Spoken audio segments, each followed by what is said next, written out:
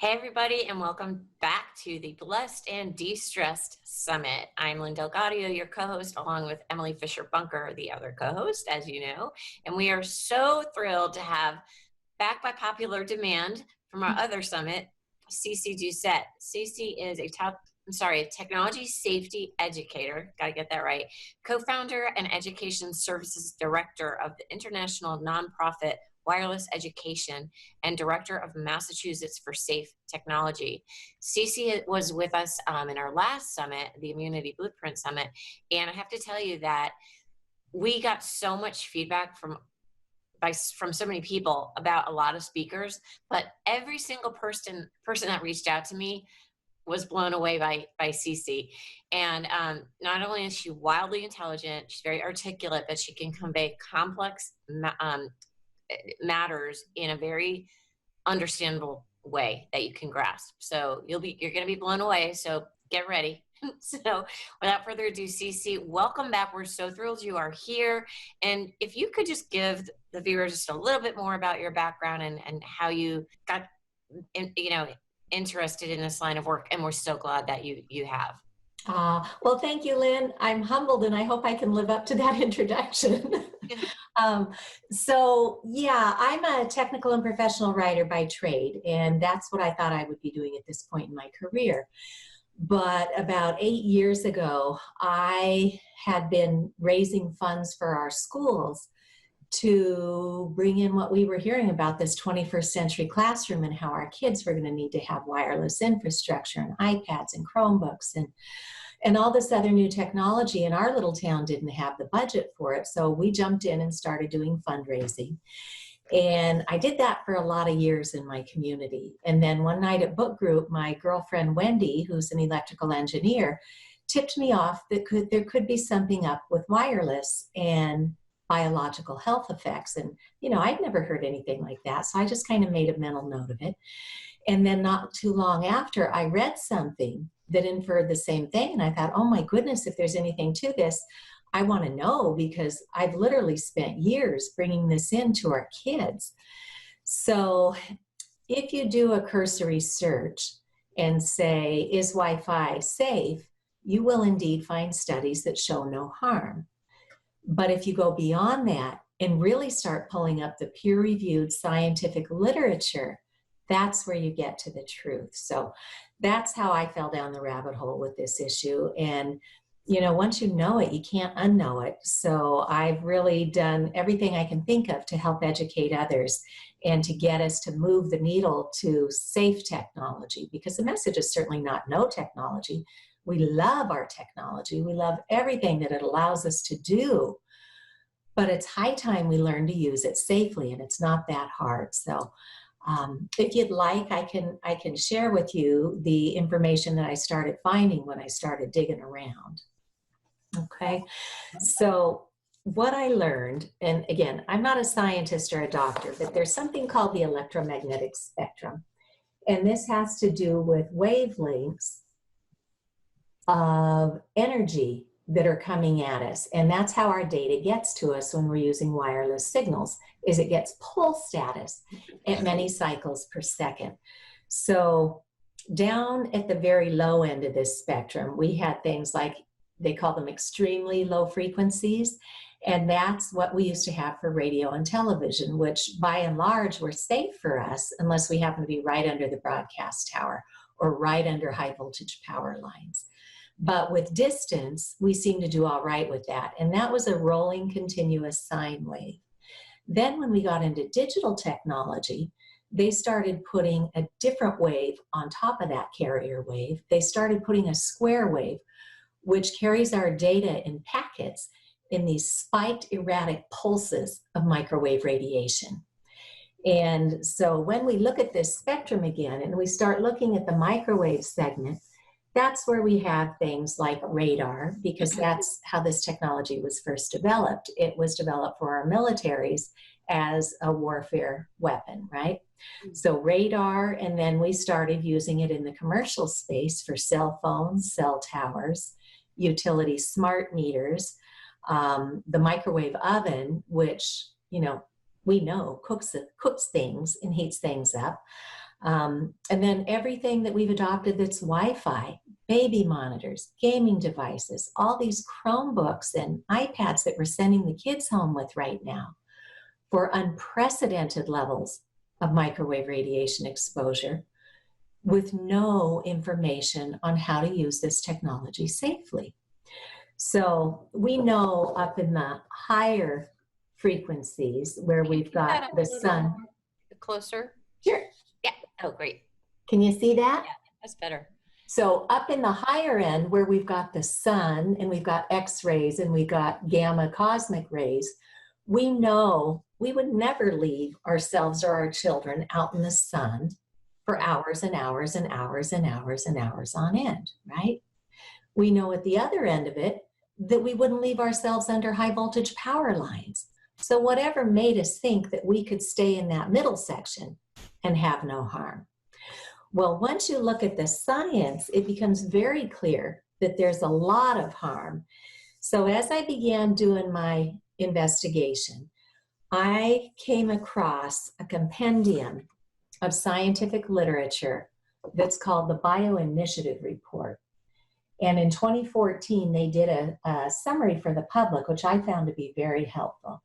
So I'll just read the summary of key scientific evidence in the table of contents. And now this report is like 14 or 1600 pages of just the science summaries, because there are literally thousands of studies all over the world showing these biological effects. And here's what we see. Evidence for damage to sperm and reproduction. And that was actually the set of studies that got me on my feet, because I started reading the sperm studies, repeated studies, peer-reviewed in journals with full integrity, saying that they've taken male human sperm and exposed it to a laptop with the antennas turned on. It slowed the motility of the sperm. It caused far fewer sperm to be viable. It was killing them off. And it changed the DNA of the sperm in just 4 hours of exposure to a laptop, right? Wow. I know. That was my reaction. I'm like, you gotta be kidding me. How come we don't know about this, right? So that was the day that I realized I have to at least do something, because I brought it into my home, I brought it into my schools, and nobody I was talking to had any idea this existed. So let me just go through the rest of the science. Evidence that children are more vulnerable. So our kids aren't just little people. Their immune system is still under construction. Their central nervous system is still under construction. Their skulls are physically thinner than yours and mine. And the science is showing that the radiation is penetrating even deeper into a child's brain than it is for you and I. So for example, if I held a cell phone up to my adult head, we would see that it penetrates the brain about this far. When you hold it up to a 10-year-old child, it's going this far through the brain. And the scientific modeling shows us that when you put it up to a 5-year-old's brain, guess what? It's penetrating almost all the way through that little baby girl, little baby boy's brain, right? We have no information on this. So now we're here to learn about it. And again, the message is not no technology, it's safe technology, and we'll get there. We'll tell you what that means. Fetal and neonatal effects. You know, how many times do we see a pregnant woman sitting there with her tablet on the bump, or tucking the cell phone right into a pocket right next to the fetus? On this journey, I've met a wonderful physician who has 2 children who have both become electrically sensitive. And she now, in hindsight, realizes that all during her rounds, during her pregnancies, both of them, she kept her cell phone right there on her abdomen all day, right? And now her little girl has some of the microwave symptoms where we see anxiety, depression, headaches, nosebleeds, nausea, and her son presents with different microwave symptoms. He has the behavioral issues, the neurological problems where he can't regulate his own behavior. So these are very, very serious effects. And so there's also evidence for effects on autism And Dr. Martha Herbert founded the Autism Lab at Massachusetts General Hospital here. And she sees huge correlations between what she sees in the families that she treats and what we know happens with microwave radiation exposure. Electrohypersensitivity, that's that set of symptoms that I began to explain. And this is a nice chart that helps us to see the various parts of the body where this radiation hits. So it definitely does a number on the brain. It does a number with anxiety, depression, suicidal ideation, behavior issues, neurotoxicity. In the ears, one of the early symptoms that a lot of people see is tinnitus, which is that constant ringing in the ears. That is, vibrating crystals in our brain all the time. And other people hear humming. Some people get sharp pains or they become sensitive to all noises in their environment. And then the skin. I've met a woman whose 2 children went to a school where a cell tower was erected. And before too long, both her kids started having these skin problems with heating and flushing and rashes all over their body. Because our skin cells, in our skin, we have like little antennas, and that becomes dysregulated when we're constantly bombarded with microwave radiation. And then the mood, the irritability, the depression, the anger outbursts that so many are presenting with these days, and nobody can figure out what's going on. And then over here we have the eyes. So at least with our brain, we've got a little bit of a protection. With our skull, we have nothing for the eyes. And so we see retinal detachments, eye twitching, pressure behind the eyes, deteriorating vision, cataracts. And again, this is all in the scientific literature, okay? And then with the heart, we have people whose heart rate goes too high or too slow, or they have this, rapid beating in their chest. And so chest pains, pressures, difficulty breathing, high or low blood pressure. And then other things that some people experience are troubles with their adrenal glands, their digestive problems. It hits the mast cells in the gut, can cause nausea. People sometimes start to lose rapid weight. Their teeth start to get brittle, dehydration, hair loss, flu-like symptoms. So again, not trying to scare anybody, but a lot of people are presenting to their doctors with these symptoms. The doctors run the test they know to run, and they come up empty because they have not been trained for microwave sicknesses. And the environment that we're in right now, you just rattle off maybe 5 or so symptoms that people would associate with COVID, like a headache or nausea or what, I heard a few of them, and I thought if someone goes to a doctor with all these, they would probably just throw them in the COVID bucket.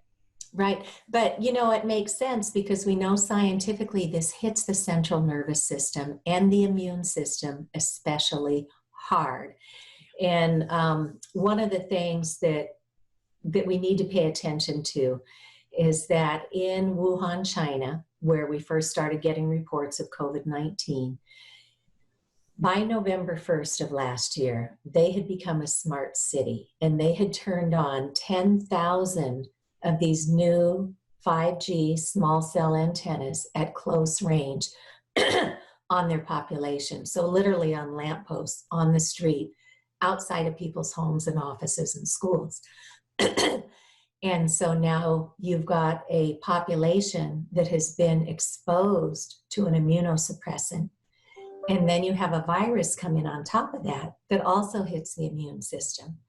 And so to the scientific community that understands radio frequency or EMFs, electromagnetic fields, whatever you want to call it, it comes as no surprise that things happen very rapidly.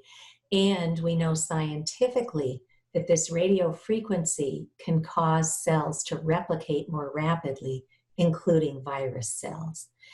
And there are studies now that are coming out. I know that Dr. Magda Havas out of Trent University, she's a professor emeritus up there, and she has taught radio frequency and electromagnetic fields at Trent University for 25 years. And so she also is very fluent with data and statistics. And so she has taken a look at the states in the US that have allowed this small cell technology in at the curb and states that haven't.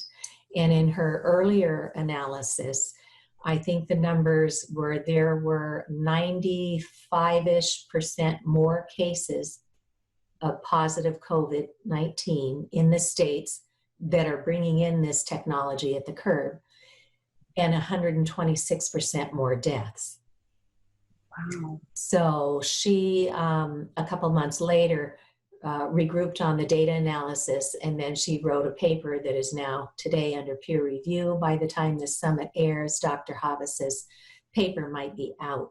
So, you know, we have the science. What we don't have is the education to get the public informed. So when I was looking at all of this, I'm going, you know, if this is as bad as what the scientific literature is indicating to me, surely somebody must have our backs on this.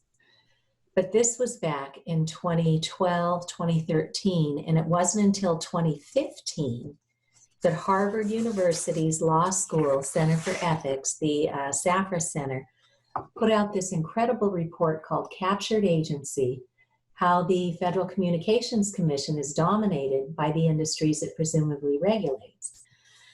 So it's free and it's online. Anybody can go to Harvard and just type in Captured Agency and read this report.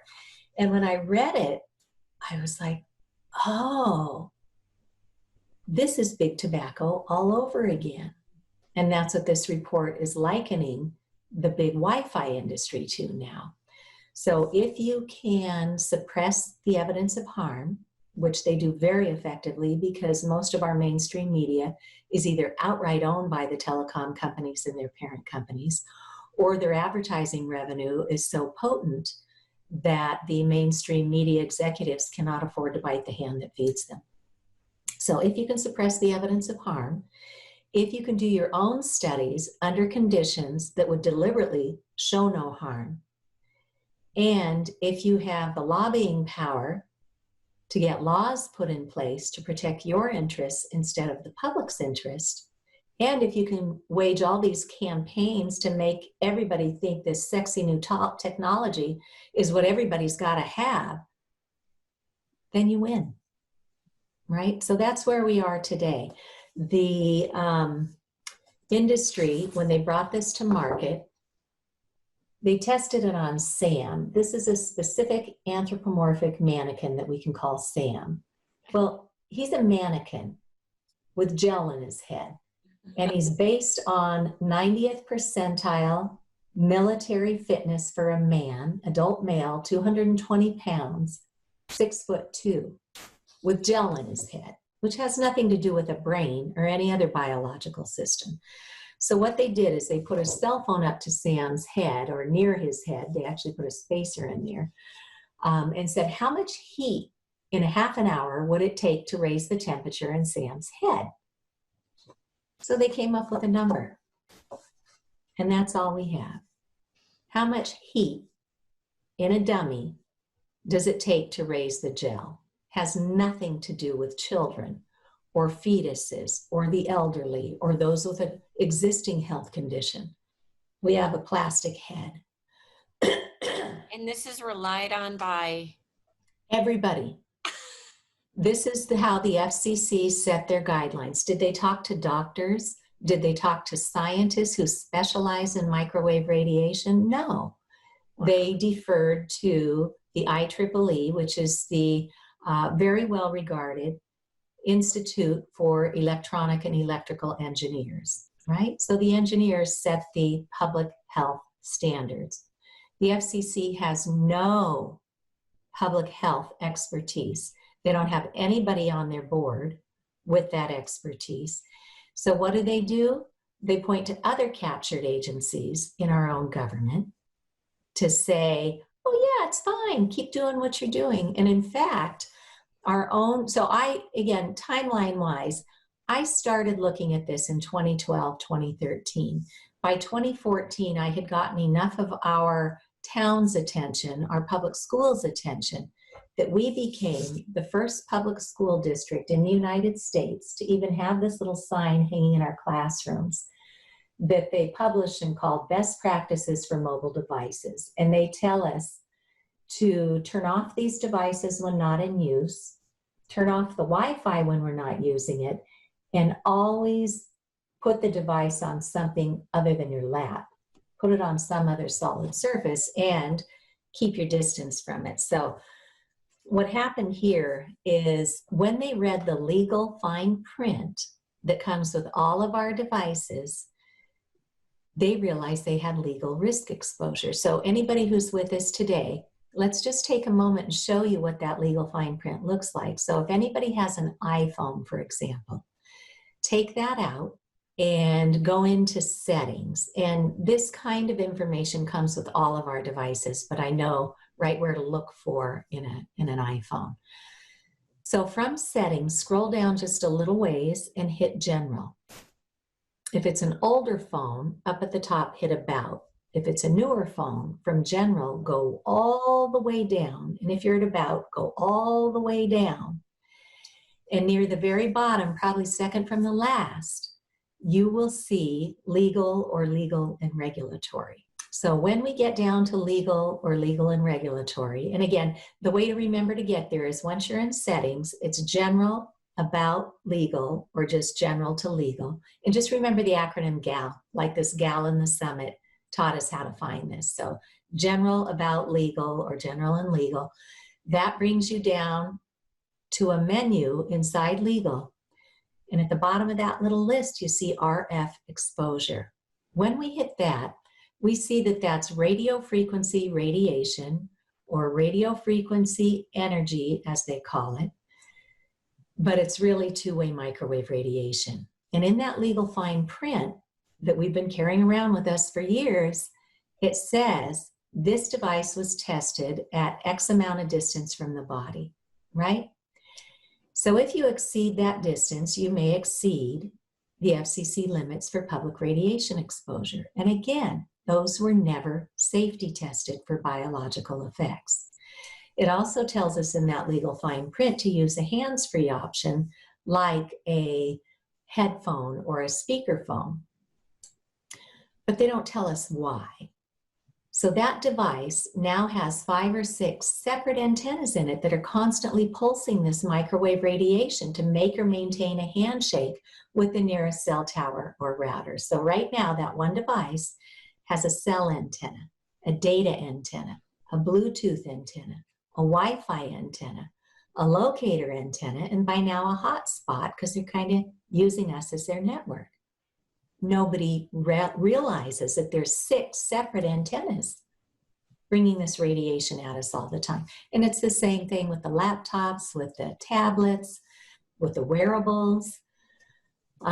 So when our schools saw that, we became, I found out later, the first in the United States to even have that little sign hanging up. But even so, our schools still aren't fully protecting our kids. That radiation is still on.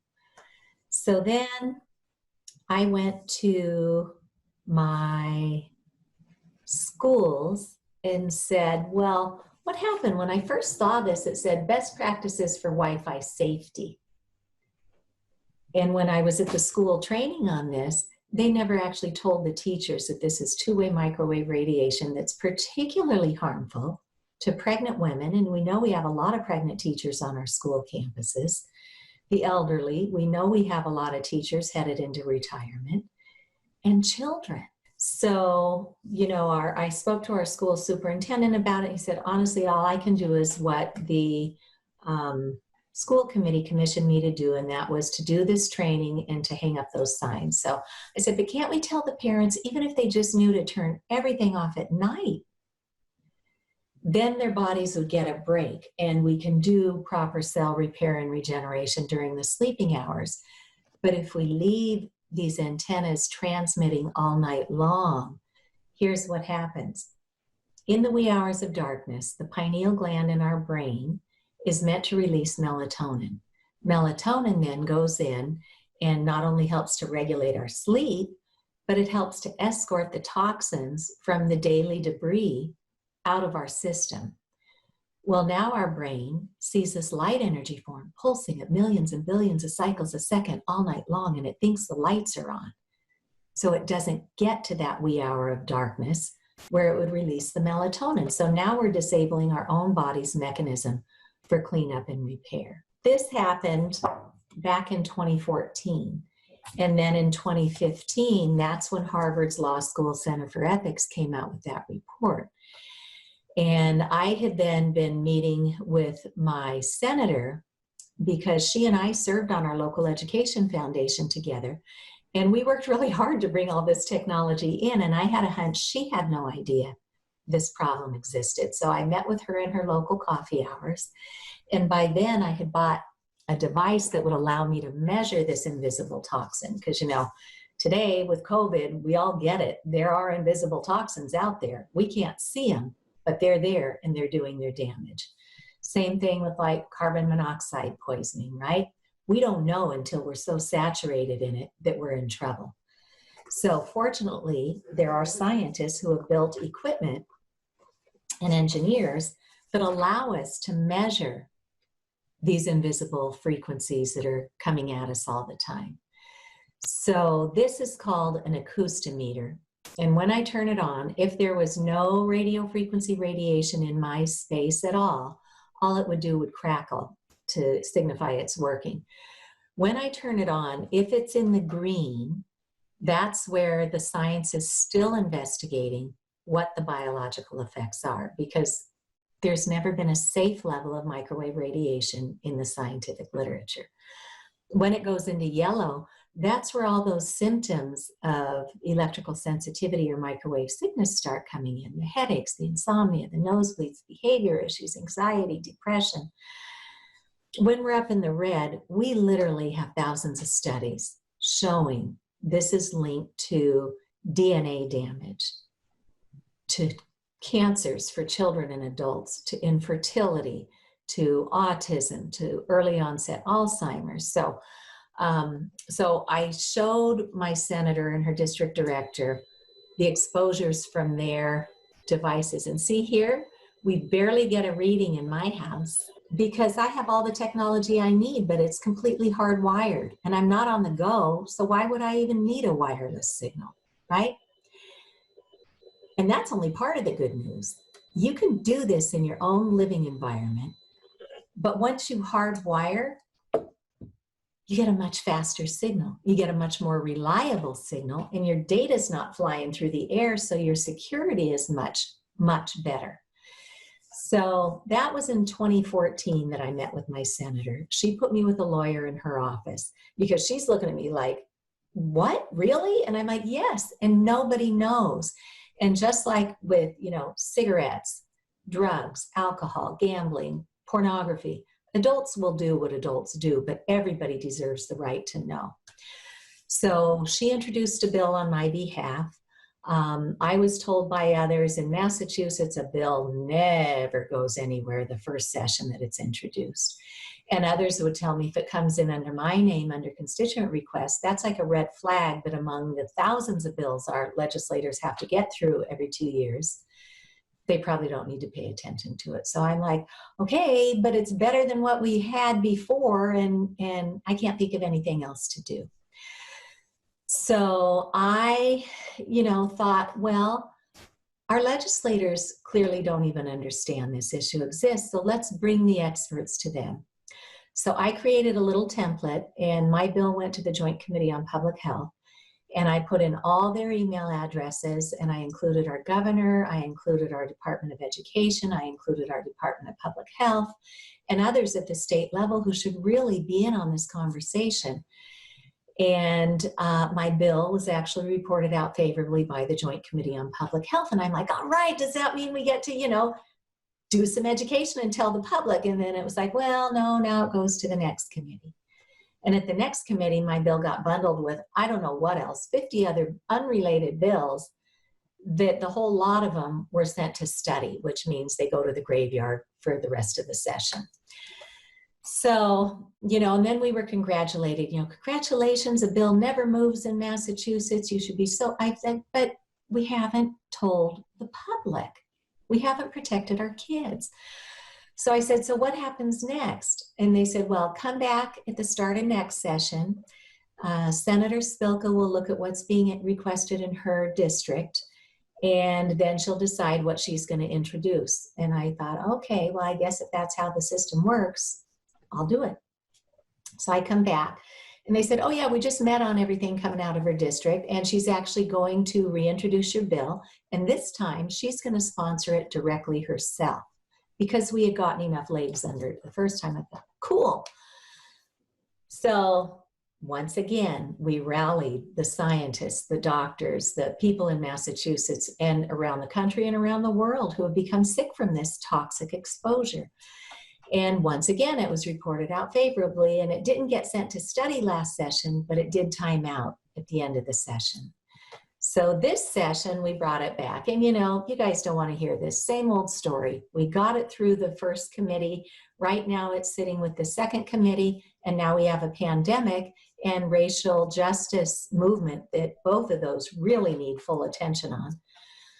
So we don't know what's going to happen to our bills this session. So I am saddened that for 6 years we've known about this issue in Massachusetts, and we have done nothing to protect the public. But there's hope. In Oregon, citizens brought this to Senator Anderson, who's a retired public health nurse. And once she started looking at the science, it wouldn't take her long at all to figure out that we have a serious problem on our hands. So she got Oregon to pass an emergency law to do an independent investigation of the non-industry funded science.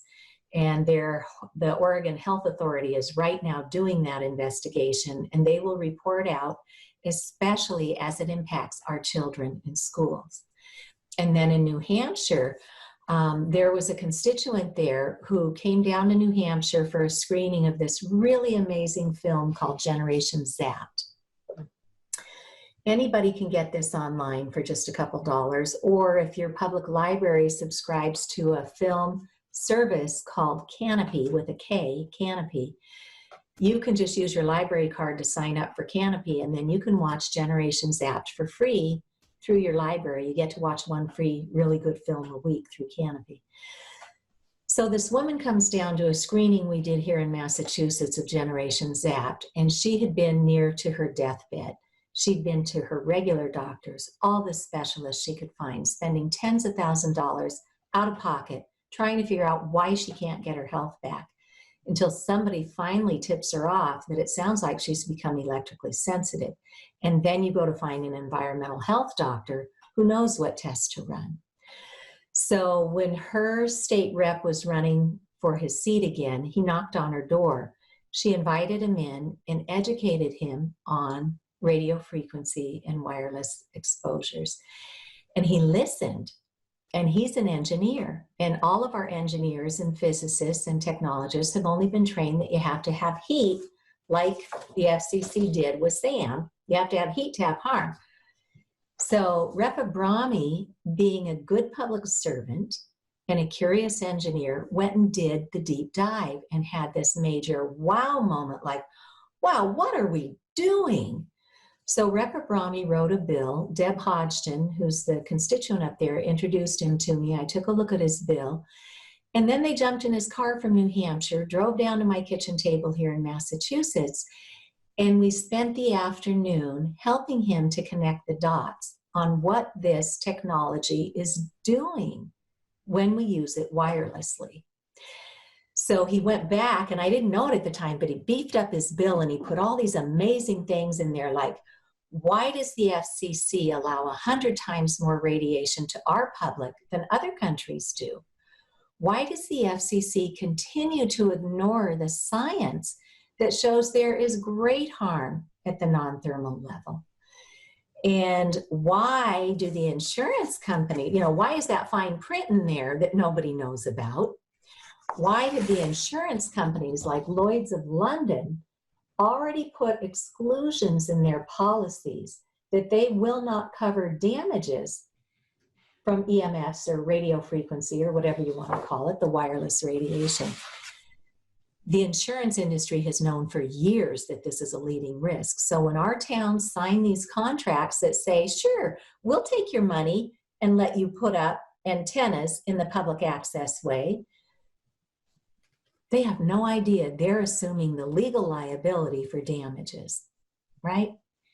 So we see this in other areas too. Yeah. Same sad story, and we take no liability. I mean, and I won't go into the other, but we see it in other areas, and it's We really do. sad.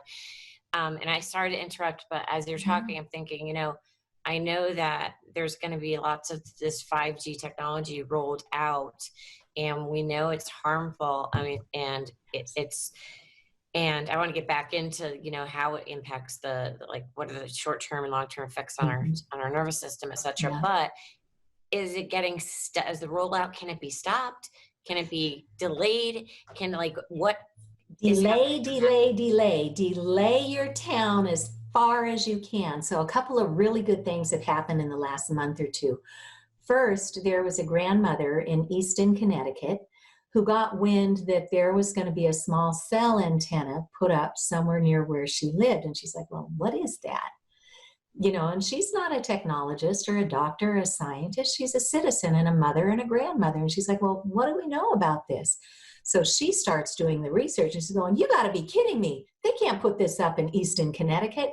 So then she goes and starts educating her town. And there's so many good resources today. There's a website called 5gcrisis.com. And at 5gcrisis.com, Patty and Doug Wood and their team, they have won, Patty won an award from the Environmental Protection Agency because of the good works that she's done on environmental toxins, especially as they pertain to children.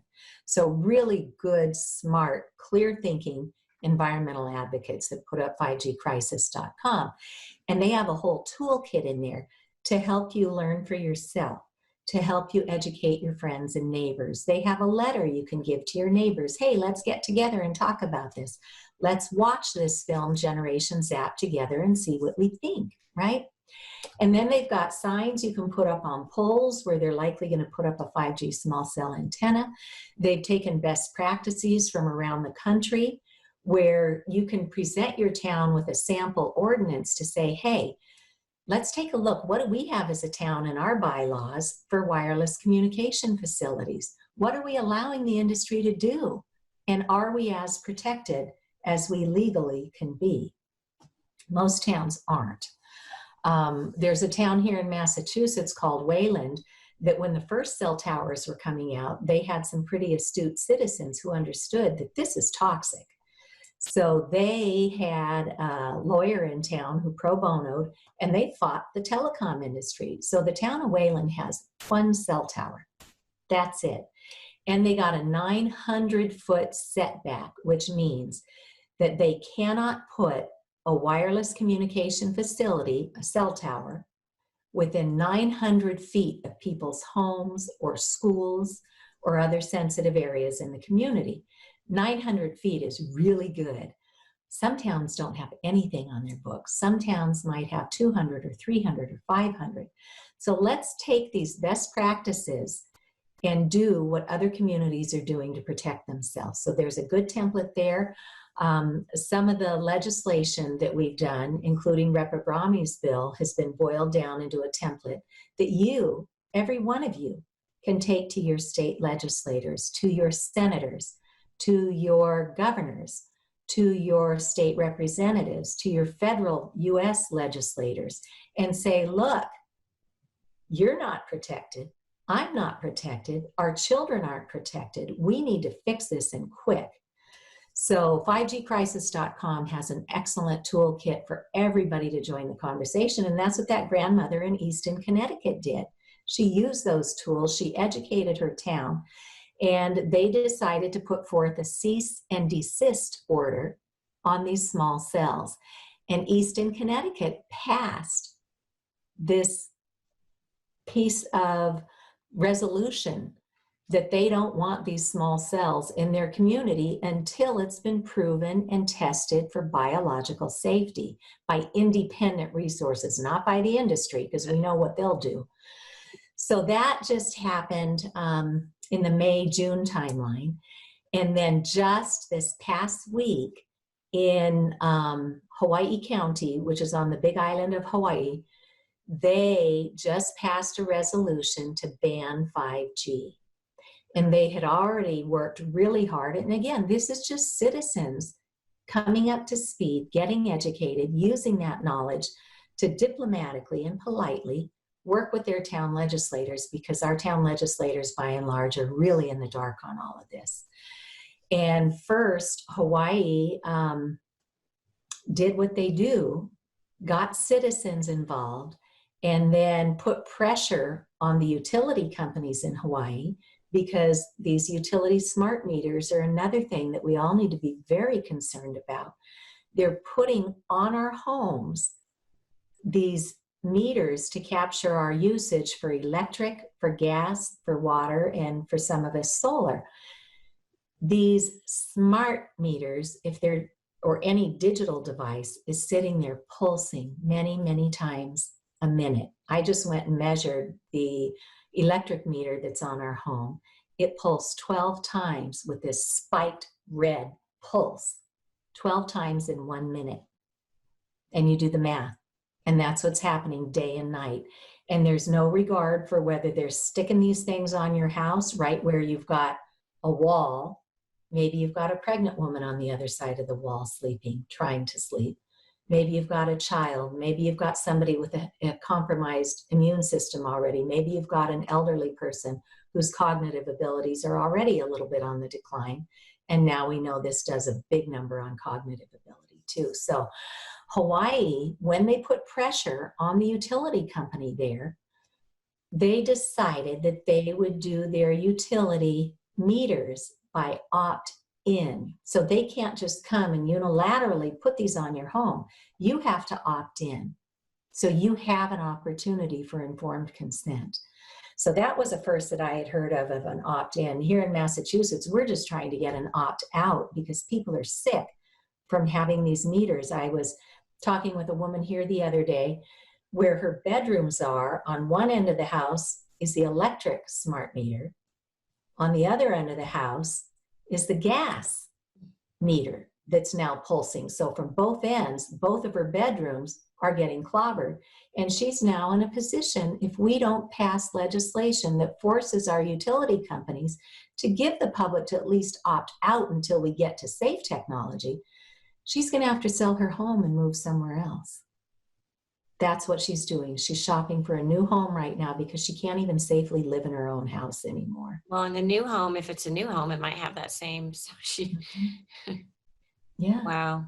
Yeah. So once you become sensitive to this, and you know, the numbers are getting to be staggering. When I first started learning about this, they were saying that probably 3% of the population has become sensitive. Then I heard it climb up to 10%.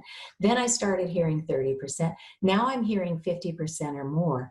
And when we look at the microwave sickness symptoms, good luck pointing to somebody who's sleeping through the night regularly anymore. I'm glad you said that, because when you were on our immunity summit, you were talking about, you know, sleeping through the night, and I was using my phone as my alarm at that point. And I just started simply turning the Wi-Fi off at night. And then I went and I slept soundly for the first time in a long time just by doing that. But then I went and got the little $10 alarm clock, which I use now. That's my alarm clock, but my phone is no longer in the room with me. And it has made such a world of just that one little change. Right. One little tip. Yeah. I did something similar. I started turning off of my router and putting all my devices on airplane mode. And my sleep has improved. It's amazing. Something that simple can improve my sleep that much. I would like to talk a little more about some of the medical harm that's occurring from this. You've mentioned quite a few. Yeah. Do we have like long-term, short-term studies as to, I mean, it looks like there's definitely short-term effects, but do we know like long-term how that's... Oh, we do. So I figured this out 2012, 2013, 2014, 15, we started introducing legislation, captured agency came out. And then in 2018, our own government, through the National Institutes of Health, that's where they house the U.S. National Toxicology Program. And that's one of the world's leading toxins research teams.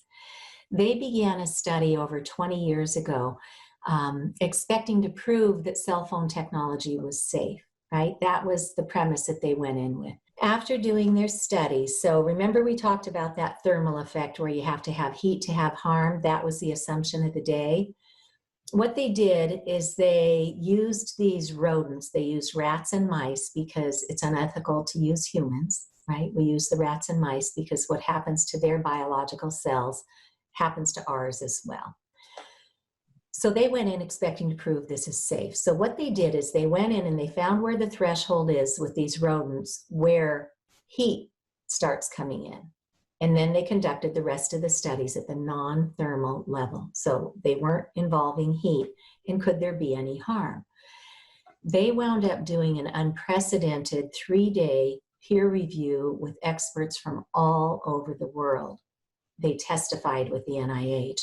And at the end of that, the U.S. National Toxicology Program, and this is available online, put out their final report. And down here, clear evidence of tumors in the hearts of the male rats. These were malignant schwannomas. The Schwann cells are the lining of the heart. Clear evidence of cancerous tumors. Some evidence of tumors in the brains. These were malignant gliomas, and these glioblastomas that we see people getting who've had their phone up to their head for years is one of the most deadly forms of brain tumors.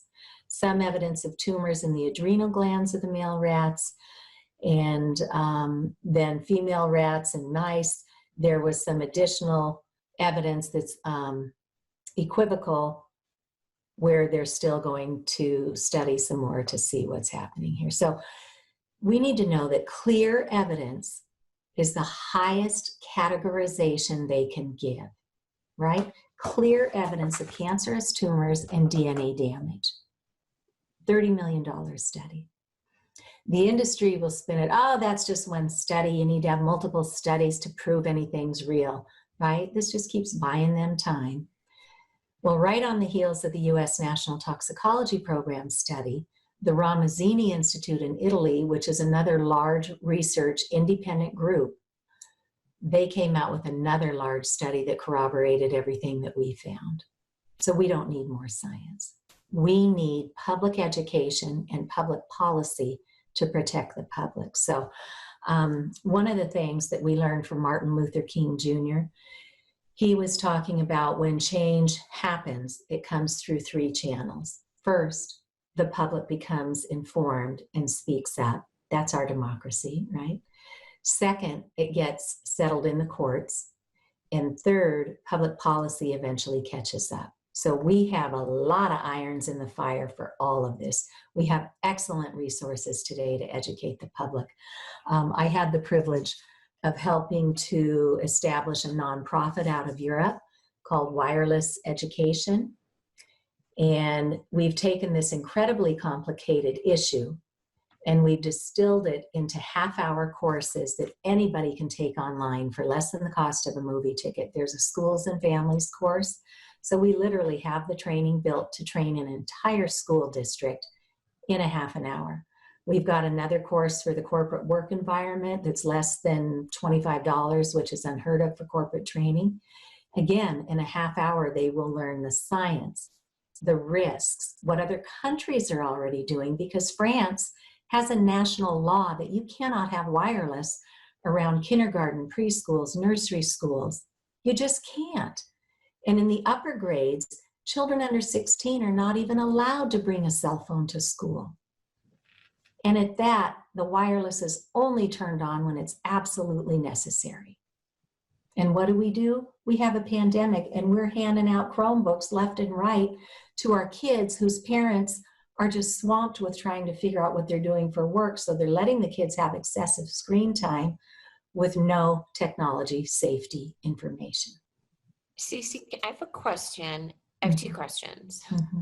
And I want to get back to all the effects on our health and our stress level. But first, can you, like, how much greater, you may have said it earlier, and I don't know, but 3G, 4G, then 5G, how much greater is that? And then isn't there 5G going up into space too? Yes.